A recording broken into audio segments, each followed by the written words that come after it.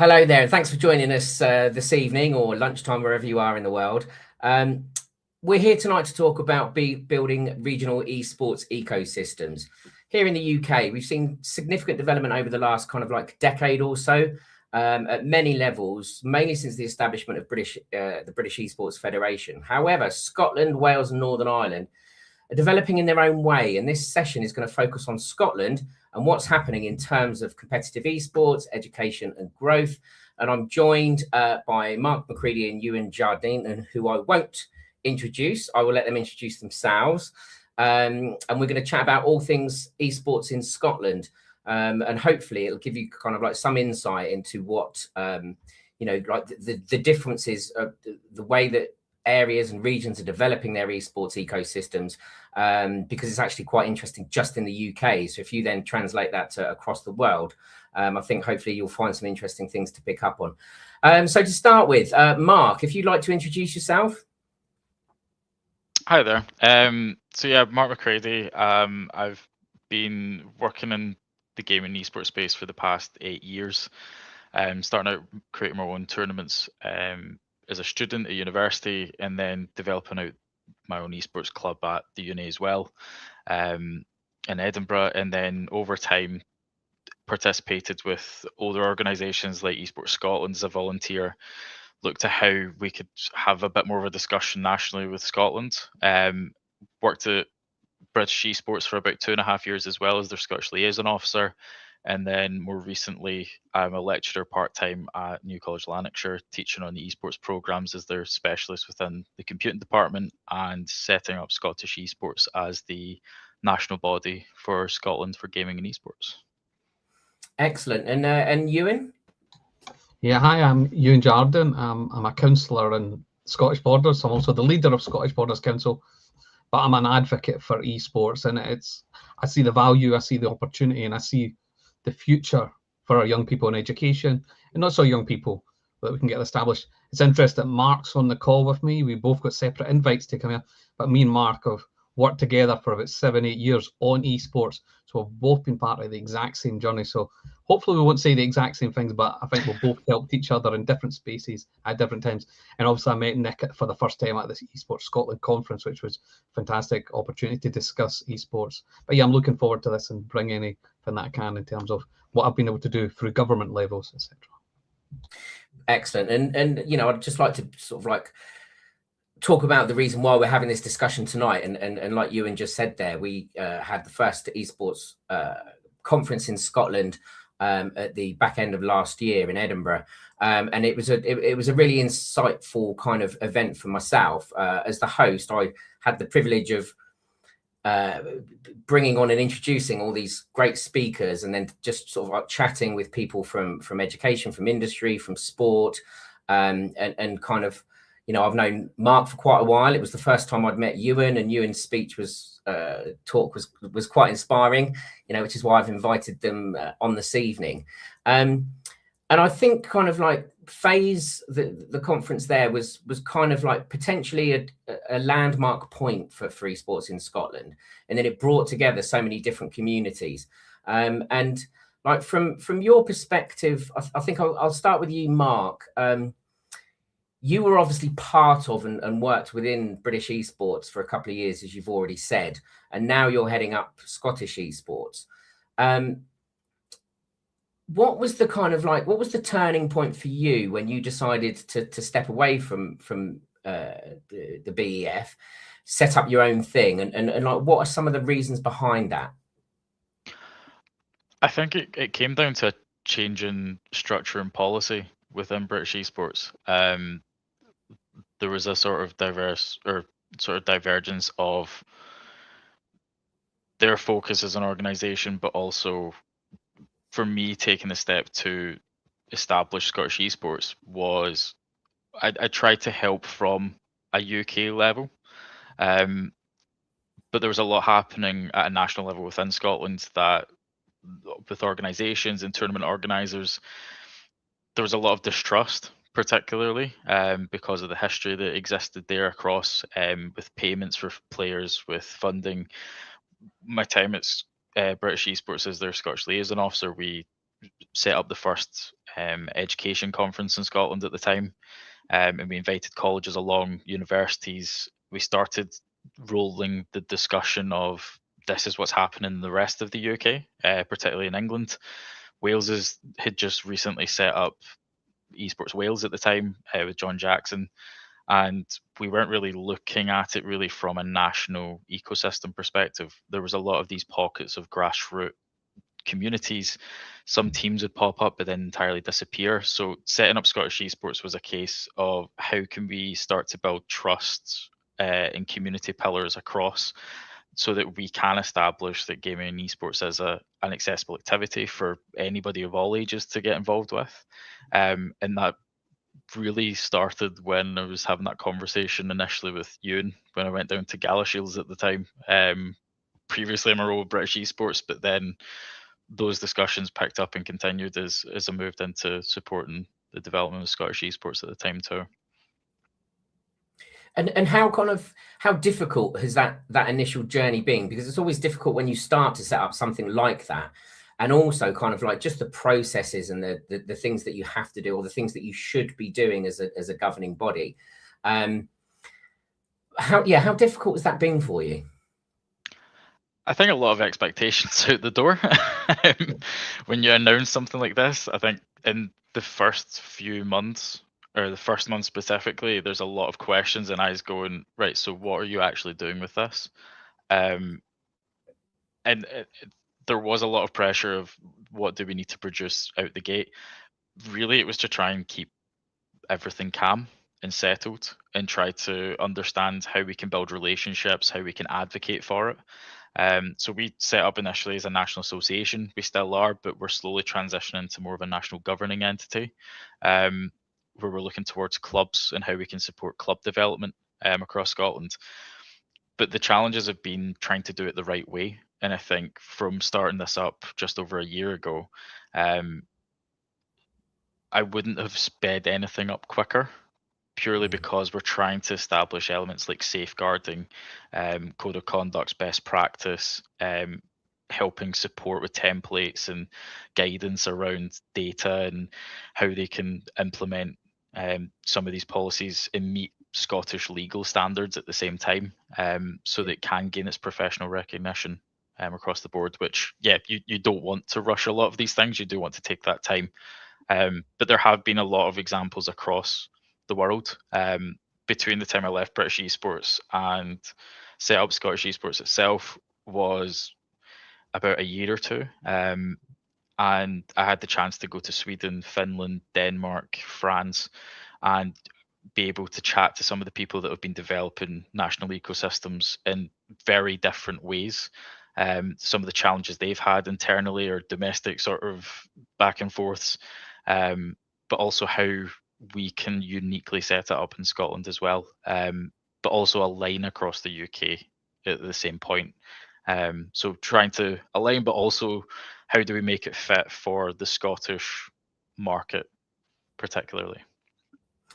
Excellent. Yeah, and I can imagine like the conversations that you had with the people around Europe will be invaluable to you moving forward. And Ewan, I remember your talk very vividly because it was so enthusiastic. So what I'd quite like you to just start with is kind of like talk about where your journey started and like the things that you saw, and then where that's led to, because like you've said and like Mark said, we both know, you're a real driver for esports in Scotland, and I think it's worth people kind of like hearing your side of the story, and because there's definitely lessons that people could learn if they're looking to do something similar elsewhere. Yeah, no, thanks. And again, thanks for the opportunity to share once again the story of how I was able to get into esports and what I've done. So it started for me when I was in a previous role, manager in a previous role. Someone came in fresh out of school for a job interview, sat down and said, "Oh, I've got no qualifications." I said, "Okay, but what do you like to do? What's your hobbies?" I'm a big believer in hobbies and pastimes. They actually sometimes create more opportunities for your life than educational ones, and I think that can really bring someone out. And he said to me, "I'm in one of the best teams in Europe for," I think the game, one of the games, I totally forget which game it was. I said, "Okay, we'll say Counter-Strike. He says, I'm one of the best players. And I'm like, okay, tell me more about that. It's just me and my friends were really good at it. We compete in competitions, etc. Okay, tell me, what do you do? Oh, he said, well, we stop. After the game, we analyze it. We sit there for 2 hours, going through each of our roles. We discuss our roles. I said, what do you mean your roles? Well, I've got a specific role in the game. My friend's got a specific role in the game. My other friend's got a specific role in the game. Okay, and are all these guys from Gala? Oh, no, they're from across Europe. So you're speaking to different people in different countries who are doing different roles and different things, and you don't understand that this is a skill set that you've got that we need in this company, where you can analyze, you can deliver. He went, no, I've got no qualifications. I'm not good at anything. I went, you're one of the best players in Europe at this game. Why is that not something you're good at? Anyway, we employed him. But that made me think, because after that, I was still basically doing the counsellor job and that role. And I left that role to take on the counsellor one full time. But then I started to deep dive into the world of esports, deep dive into say, okay, what's this computer game? So for me, it was very different. I think, like, you'll remember now, Mark might be way too young for this. When we wanted to play with our friends on the computer, we would have to sit in the exact same room as them, talking to them. There was no, all of a sudden I realized people could talk through a headset. They could do that. And the games, I didn't have to wait to go buy a game. The game was there. You could download it instantly to your... Then you could play microtransactions. It was a whole world that opened up for me there. Then I got really into the best game in the world, in my opinion, Fortnite. I was playing that and I was looking at the whole ecosystem. But then that turned out to be the exact same time as the Fortnite World Cup, where Booga won in Arthur Ashe Stadium. And I remember looking, going, he's in that premier tennis stadium that US Open played, but they're playing Fortnite. And the whole thing around it, there was the creative, etc., etc. So I went, right, this is a world that I don't know anything about. So I dived and I learned Fortnite, played with it. And then the more I looked at it, and I went, actually, this is something we need to do. So that's when I got in touch with Mark. Mark came down, and then we just talked about, actually, how can we start delivering this in schools?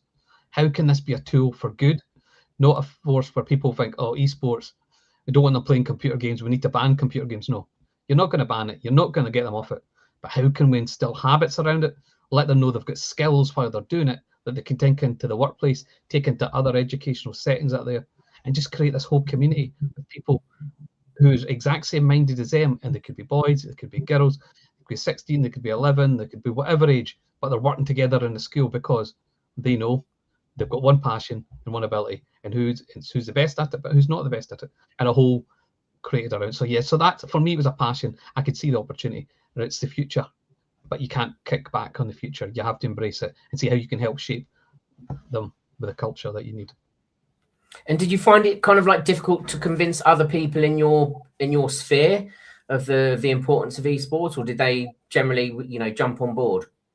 Oh yeah, absolutely. People they don't understand it, and there are people still not understand it. But I've continued to talk about it, continue to push with it, and there's a generation that doesn't understand it. And I say that to them, just because you don't understand it doesn't mean there's a whole generation that doesn't understand it, because they will come through and they will know what you're talking about. They will know all the things that are going on. And you have to be, as a counsellor, as a politician, as any people who's creating policy, think about everybody when you're shaping policy, not just a niche view. And I think I talked about at the conference how there was one counsellor in particular, never mind esports, he said to me once, what's a Netflix? So he didn't even know what Netflix was, never mind esports or computer games. So a lot of this is very alien to them. We introduced iPads to every child. Some of them are still saying, well, pads and pen. Why don't we just have a pad and pen? I went to school with a pad and pen. Well, the world's changed dramatically since the days of invention of the pad and the pen. So it's how do we continue to do it? And so we are excited because we are at the front of it. And so because we're at the front, we've learned mistakes that we've jumped hurdles that others don't need to jump, and we can put them in there. But at the same time, we now have an opportunity. And for me, that's what it's about. It's creating opportunity for the region, but for our young people and not so young people in the region. And I love what Mark's saying, because that's something me and him have always talked about, is that club network. I come from a traditional sports background. And for me, the club network is where everything can really thrive. So yeah, that's something I'm keen for. Excellent. And you mentioned schools, and we'll go on to talk a bit about education later on. I think education is really important. And Mark, like from somebody who was effectively on the inside at British Esports, education played a huge part in the growth and awareness for British esports. Like, would you agree with that? Do you think that was kind of like that was what catapulted them to the next level? I think when you're talking about anything that's a new concept, you have to start with education, and you've got to be able to digest it down. And because to anybody that's new, kind of what Ewan was saying there about the pad and pen is okay. We can start with the pad and pen example, but this can do a lot more than just sketching or writing with a pencil and a pad. It has a lot more uses to it, and I think with gaming, you have to take that concept that I think within esports we talk a lot about the competitive side and the pro players and the large amounts of money, but I think from our side is very much, or what we've been trying to do at Scottish Esports is it's about people that are coming together to play games, to hang out with one another, where whether it is in the same room, whether it's online, whether it's with people across Europe, and it's how do you start to break that down to people that don't quite understand that concept of, wait, what do you mean that you're playing with someone in France? You have to get a passport to go to France, and you can't just hop over the river, or you're playing with somebody in America, or you're watching this streamer and you're watching them play, for example, Ninja with Fortnite, or any of the pro players for Valorant, etc. You're watching them break down their skills, or you might be just watching specific maps, breaking down their tactics, how they communicate that.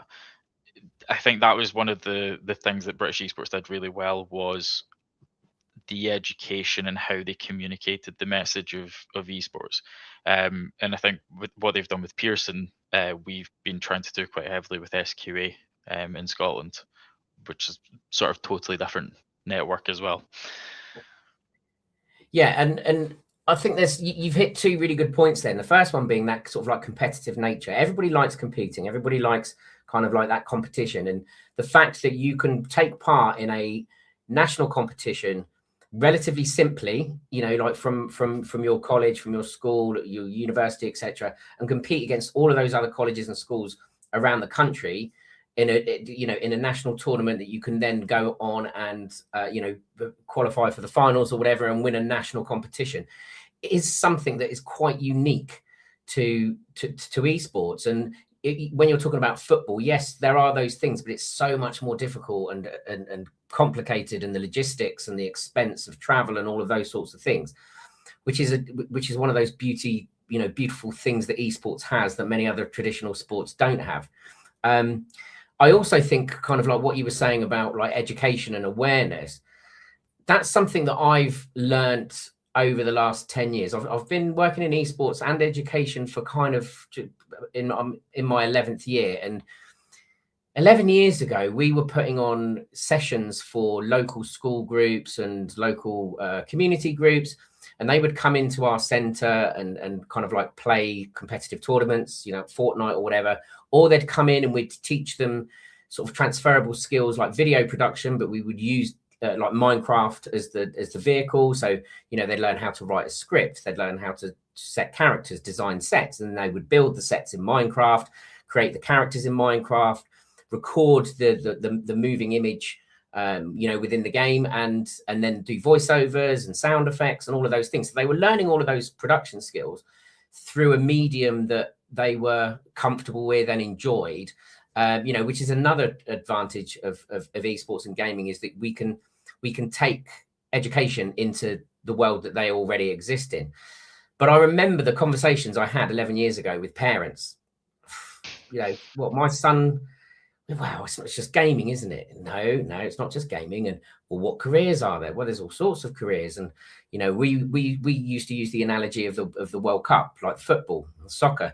The final of the World Cup is watched by millions and millions of people around the world. You've got a stadium full of 60,000 people, but you've got all of those other elements that make all of that happen, like broadcast and cybersecurity, IT, networking, branding, merchandise, ticket sales, lighting, you know, all of those kind of things. And all you really have to do is, if you just take off the 11 players on the pitch, put a big stage in the middle of that stadium and put on 2 teams with computers competing on games with big screens, you have exactly the same ecosystem. And it was very hard 11 years ago to get that through. And a lot of people kind of like didn't really believe it. And I'd been doing that for probably 3 or 4 years before British Esports sort of like came to Providence, and the BTEC was, the qualification was launched. And then I went through the same journey with parents coming into the college to ask about esports as a qualification, and what's this, how does this work? And a lot of them were quite sarcastic. I would say, like, within 2 years, that approach or that kind of attitude from the parents completely changed. And I think that forever continues. And, you know, another advantage is the fact that a lot of the parents of those youngsters game themselves. So they get the gaming bit. They just never really appreciated or recognized what the gaming side and what esports could do for their children in terms of potential education. Ewan, going back to your the points that you raised earlier. So having established that and kind of like seeing that interest and recognizing all of the opportunities that are available from a political point of view, what was the strategy? Kind of, you know, where, because I'm assuming you had to sort of like sit and have a think about the best way to approach this. What did that look like? Yeah, so we were really blessed. I talked about giving an iPad to every young person in the Scottish borders. They all got an iPad, and from there we built up a place called Inspire Learning. Inspire Learning was this brand new building, it's new area, but it was a brand for these Apple computers, that iPads. We were able to establish teacher training, and one of the teachers there who was part of it was a guy called Paul Graham, fantastic individual. I worked with him and we said, right, let's put esports in to the Inspire Learning part of the education. So it's not being seen as an educational thing in terms of regular education. It's actually going into the Inspire Learning, where it's kind of futuristic. It's about the data. It's about different ways of delivering education in a futuristic, you know, fit for the future type situation. So Paul, we worked with Paul back and forth, delivered a pilot in Selkirk, a fantastic pilot in Selkirk. If I maybe have to, I'll share the BBC article. The BBC did a big program on it, and it's the young people there, the stories there. There was a young man that went to the esports club. He had no attainment at all.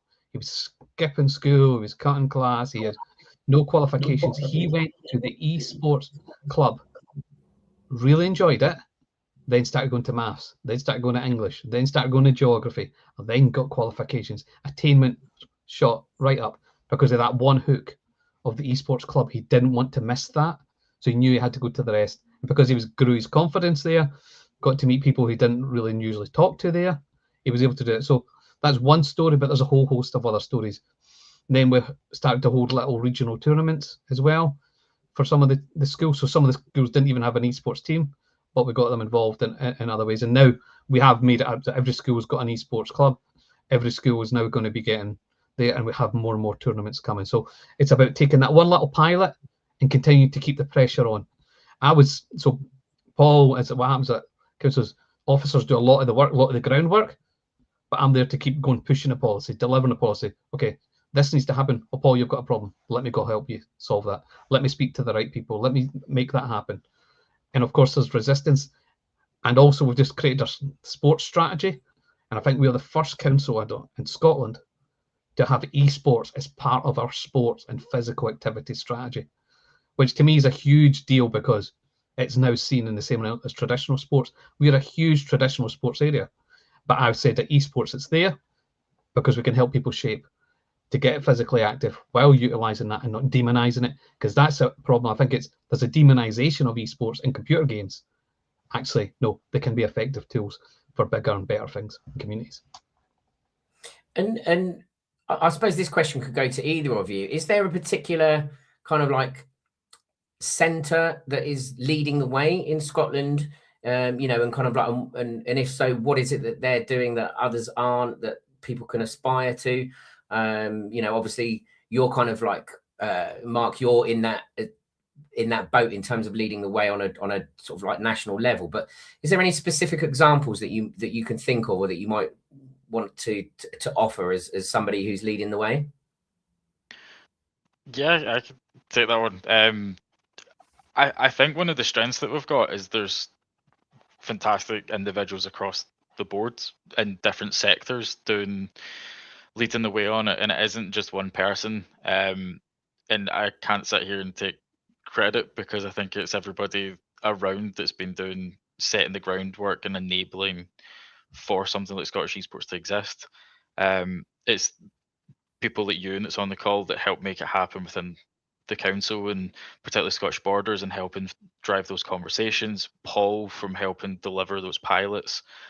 Paul's now sits on our board as our education director now. So I think the one thing that has been really strong is we've all seeked ways to collaborate together, and I think that's been the strength along the way. And I know we're a bit late to the game with everything, but I think even Emma Williamson from YMCA Wishaw and Brave Esports from the youth work development side of it.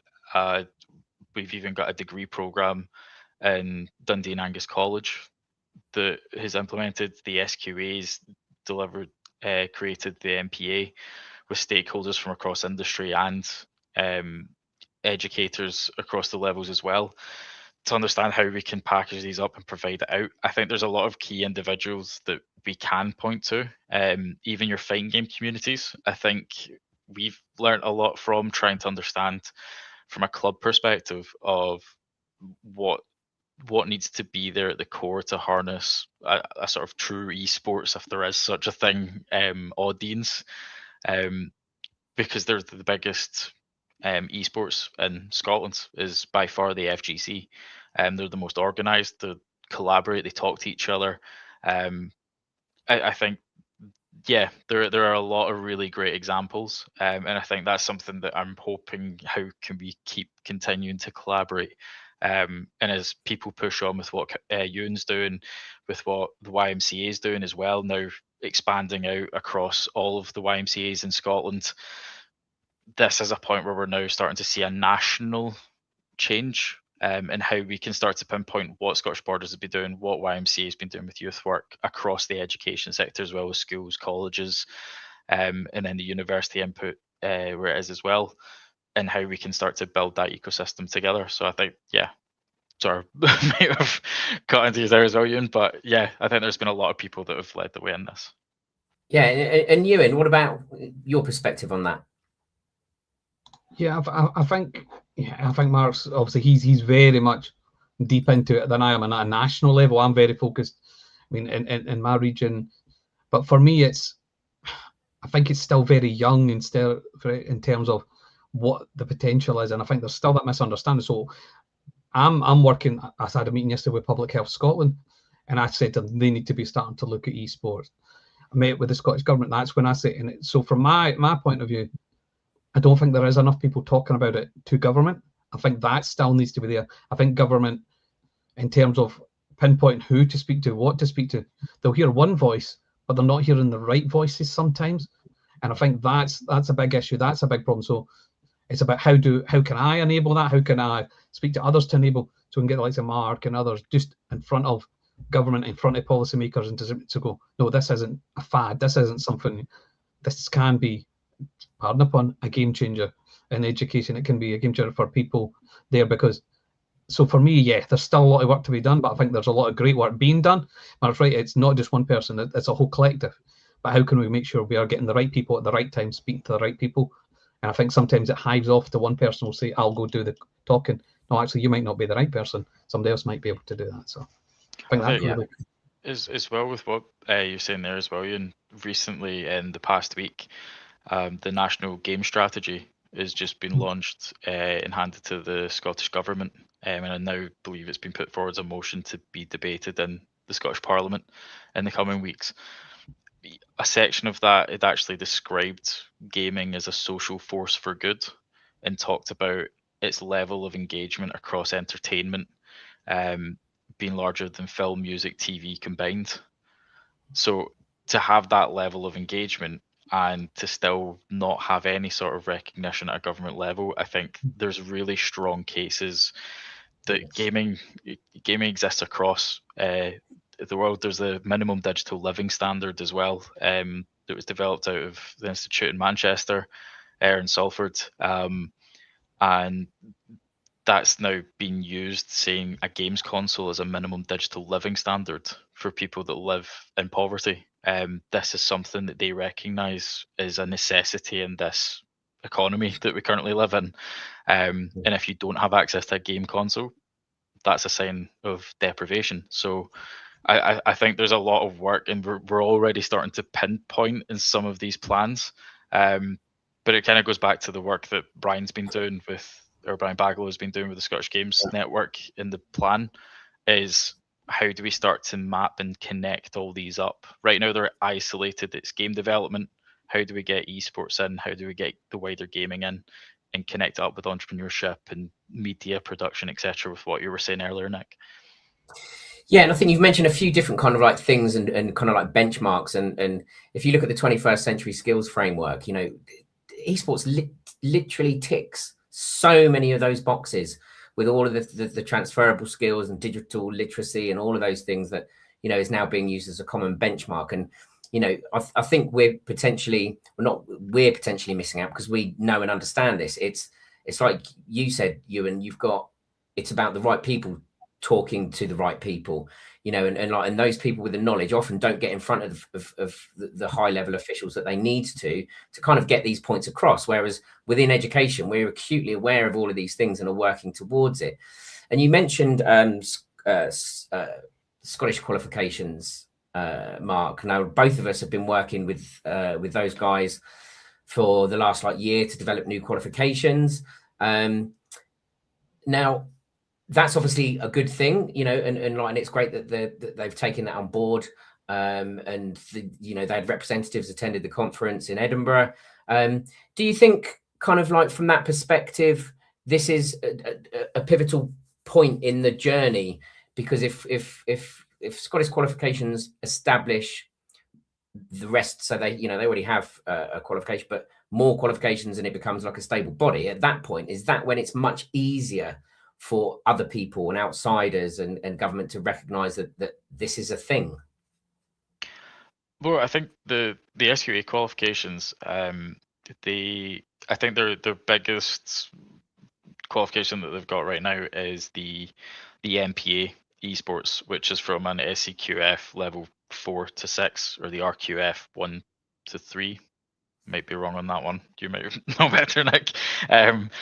But that qualification, in comparison to some of the other qualifications that have been delivered in other parts, is a very small qualification, and it's been quite condensed down to the point it can be delivered in schools. And it can be delivered in schools alongside students doing their national fives or national fours, national fives, hires, advanced hires as well.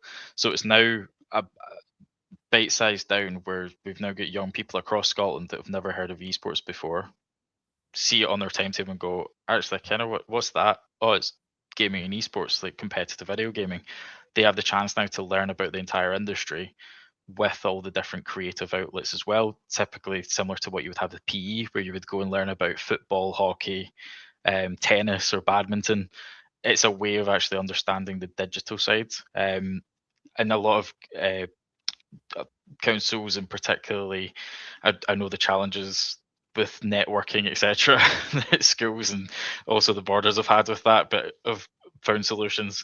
Is how do we start to implement the networking elements and making it more accessible across?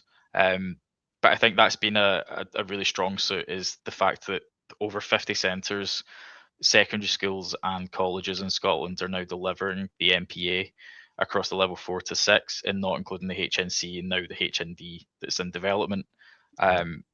I think it sets the tone, and I think that's where we're seeing we need to be supporting the education sector more, providing resources, toolkits, letting people know what's happening across, and telling the history of the people that have been developing it out, and building the community scenes, so that the right information is going down, so students know where to go for that advice, whether it is through the council with the local activities they're doing, and then up to a national level. I think one kind of like positive spin on that, if you like, is the way that the English qualifications developed in terms of esports, in the fact that it really started. Yes, there were a couple of universities delivering kind of quite specialist esports qualifications, and then the BTEC was launched at college level for 16 to 18-year-olds, which has obviously exploded over the last 5 or 6 years, and we've now got like 10,000 students studying it, which has then led to now having 32 universities offering 76 different esports degrees, and the filter is now working back down into schools. So it's kind of like working in the other way to what it did at Scotland, in that the schools are in there first, and then sort of like as that grows and develops, you've then got the qualifications that are now being developed and coming in at the higher levels for the youngsters to progress in. So that kind of like awareness at school level is really good. And like you just said, the competitive side of it and the esports clubs and all of those, I think probably Scotland is potentially comparative, in a equivalent sort of like size comparison, is on a par with England in that area, if not at the same stage, sort of like a while back, are ahead. So I think that's got a lot of potential going forward.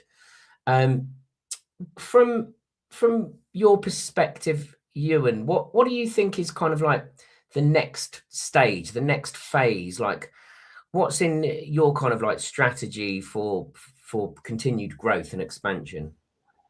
Yeah, it's what I sort of discussed at the time is getting into that club base, creating these esports clubs outside of the school environment. So your local sports club, I said, for us in the Scottish Borders, we have a rich tradition in traditional sports, rugby clubs, football clubs. Can we get esports clubs onto these clubs, get people along to watch the sport, get people to watch esports, and get them all working together, sharing their identity? For me, that's there. And if we can start doing it in the Scottish Borders, let's start rolling it out across the rest of Scotland and see what we can do, because that's where it's going to come. And then when you've got the esports clubs, you're not just potentially having the young people there, you're having different people in society, and it's community cohesion. And that's the big buzzword at the moment through government, is community cohesion. People coming together from different sectors of society, actually working together and realizing we've got more in common than we don't have in common.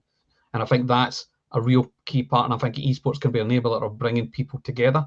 I talk about when I used to play basketball, you would have on the Thursday night playing basketball, someone from Lithuania, someone from Russia, someone from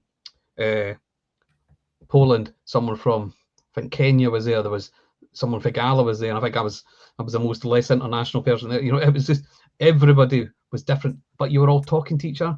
You were all playing that one game, and when you saw each other down the street, you would speak to each other. Otherwise, you would not do that. So for me, I think esports has got that to bring communities together, and I think that's really important. You can have community competitions, but that's where I see, for me, an ecosystem in the Scottish Borders. It's clubs to take it. Then we start that elite player pathway. Once you get that elite player pathway, then you then go on to the better teams, and then there's the opportunities for careers in esports. And people generally seem playing, but then it's not just the people playing.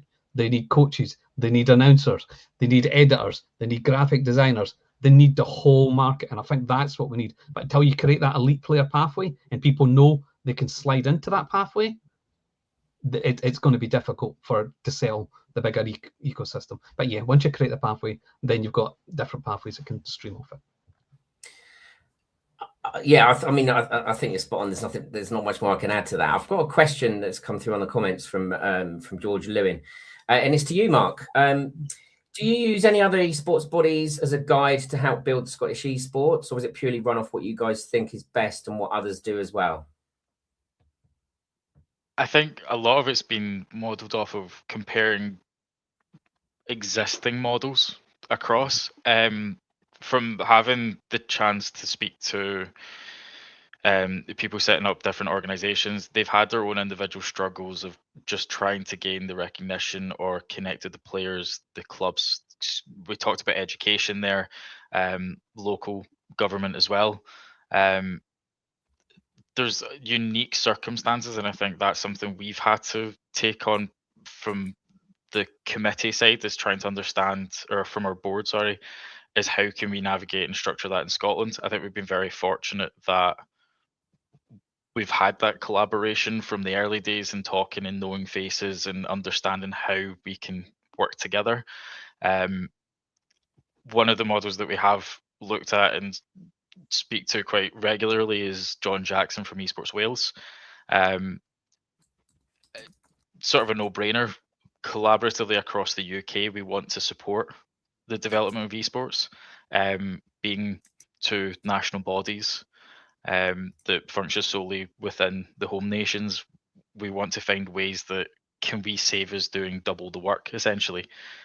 Is there ways that we can learn from how they've developed, some of the stumbles that they've come across, some of the issues that they've had to take head on, and learn how can we implement that into Scotland. I think sort of like what you've said there as well, we've sort of came from this grassroots up, so the sort of bottom up approach rather than from this top down, how you said about like universities and the education side, or having standout esports professional teams that are competing at the top. We have a lot of fantastic esports players, coaches that have won world titles, but we've also had conversations with them to understand what is actually needed, how can we get to this point. And yeah, I think going from the bottom up means things get done a bit slower, but hopefully we're doing it in the best way that we possibly can as well. But you have to communicate with others. Yeah, that's really good. And that kind of like leads directly into a follow-up question from George, where he talks about kind of esports being seen as a proper sport. But I think this is probably more directed at you, Mark, but I'm sure Ewan can chip in. How do you plan on helping grassroots teams build as a big entity? You've just mentioned grassroots, and obviously that's the structure that you're looking to do, build it from the bottom up. So what have you got in mind in terms of kind of like helping to build the grassroots scene? I think it kind of comes back to that point Ewan mentioned about the community cohesion. How do we, whether it's a sport or not, the way that I've seen it is it's an activity. So we have to represent it as an activity, whether it fits as a sport, whether it doesn't. Those are different discussions on top. But first and foremost, we want to start representing gaming and esports. I think one of the big concerns is around how gaming is conducted online anyways. And a lot of the feedback conversations we've had is about the risks. How do we reassure parents? How do we start having some of the serious conversations around the elements like safeguarding? Something that's changed in the past year in Scotland is the legal requirement that if you work with vulnerable groups, you must have a PVG in place. That applies to people within roles online that are in a position of power or influence in a regulated role. That means someone running an esports club online, they need to have a PVG in place, or what would be a DBS check equivalent in England. That's the place that we're starting with in trying to create an entry level so that we can build that support, ensure that clubs are going to the right places to get the support, whether that is Disclosure Scotland, working with ourselves from an esports perspective and building that network up, and then trying to learn off of good practice as well. Sort of referral process, how do we do appeal systems? I think there's a lot we could explain out, but it's trying to start at the beginning, and it's the safeguarding, just ensuring that we're creating safe spaces across for people to engage with in the beginning, and then have those conversations with member clubs about that development path and how we can best support players from a competitive angle. As long as they're safe first, we can look at the competitive angle as we progress. And that's really good to hear. And I think you've explained perfectly what you mean about building it from the grassroots, and that having everything in place, having everything proper, having that structure, those policies, the safeguarding, so that everybody knows that they're on a fair playing field, and parents can trust that system, educators can trust that system. I think that was a really good response, Mark. Okay, so we're coming to the end now. I think probably the final sort of like question to both of you guys, and you can go first, whoever wants to go first. So where esports is right now in Scotland is where it's at. Where do you see it going? How quick, what's that time frame looking like? And what's the next most important step? What's the kind of what's going to be the clincher to really kind of kick things off? I'm happy to go first since Mark had a couple of questions there. For me, the next important step for esports is people see it as a legitimate thing in the country. At the moment, there is that misconception around it. And to get that legitimacy, you need to you've obviously got in the governing body now, but then you need to start working through policy. And it's not just through my council, through every other council, through government. You need to start working through government, and you need to be seen in the hierarchy. And when Sports Scotland or whoever start to dish out their money, esports needs to be on that list, along with croquet, along with badminton, along with tennis. Esports should sit there, because it's got the right ecosystem. And I think that's right. But you're building it from grassroots. It takes a little bit longer, but I think you're going to build it better because of that. But it's taken learning from other sports. But I think that's, for me, is you just need that legitimacy. There can't be any more myths around it. They all need to be taken away, the myths, and we need to know this is something that's here. This is something that's not going away. And to do that, you just need to become legitimate, and that's having the conversations, and it's getting that government buy-in to it. So that's what I think. Excellent. That almost sounds like it could be Scottish esports mission statement, Mark. I think so. I think so. We just after phase, we held our second Scottish Esports and Education mini conference, and just thinking back to 2024 when we launched and we held our first one, I remember outlining in a slide of how were we building this from the beginning, and it was education. It was a case of how can we ensure that the qualifications are there, how can we work with the educators, how can we work with local authorities to support the education infrastructure, because having access to the hardware, the networking, what games to put into place. And I think there's a network there around educators themselves now, and wanting to develop that out, and that's something we've got those plans set out of how to represent them. Youth work, I mentioned about earlier, YMCA has been doing a lot with Emma through the Brave Esports and what she's done there, who've went on to compete in the RLCS Europe EU qualifiers and nearly made it to a major in Denmark, which coincidentally I was also going to that major, so that would have been a nice little see. I think it's building on those pillars that we've got as the education, the youth work, and the community stuff with young people. Essentially in Scotland, by the end of this year, they're going to have a qualification up to the age of 18. There's Minecraft competitions being done in primary schools with local authorities. So they've got an activity extracurricularly up to 18. There's a qualification when they turn essentially 15 to 18, and then going into further education and then university pathways. In the community, they've got their YMCAs, so they've got their after school clubs that they can go along to through youth work. I think it comes back to what Ewan's saying there is what happens when they're 18 and we're going to specifically esports stuff as well, when they're going to community clubs and also outside of the youth club side as well, that they're dedicated esports spaces. How do we support people that are wanting to work closer with young people that have traditionally worked with 18 plus because they haven't been confident around the safeguarding issues and how they can implement gaming and esports safely. I think that's the next step for us, and I think that will help build those arguments towards government. Brilliant. I'm sure this conversation could carry on for another hour. I'd like to thank both of you, Mark and Ewan, for a fantastic discussion, and it's great to see the passion and the commitment and the development of esports in Scotland that's going with it. And hopefully people listening to today will be able to take some key lessons and learn some things about, what they might need to do or things to think about if they're looking to build that esports ecosystem in their region. And finally, it's just to wrap up. I have to remind you, don't forget, it's Esports Next 2026 is fast approaching. Save the date. It's April the 29th to the 30th. Fort Worth, Texas, under the theme Rival the Best, Rule the Rest. The premier US business-to-business esports conference takes place alongside Blast Premier Rivals Tournament.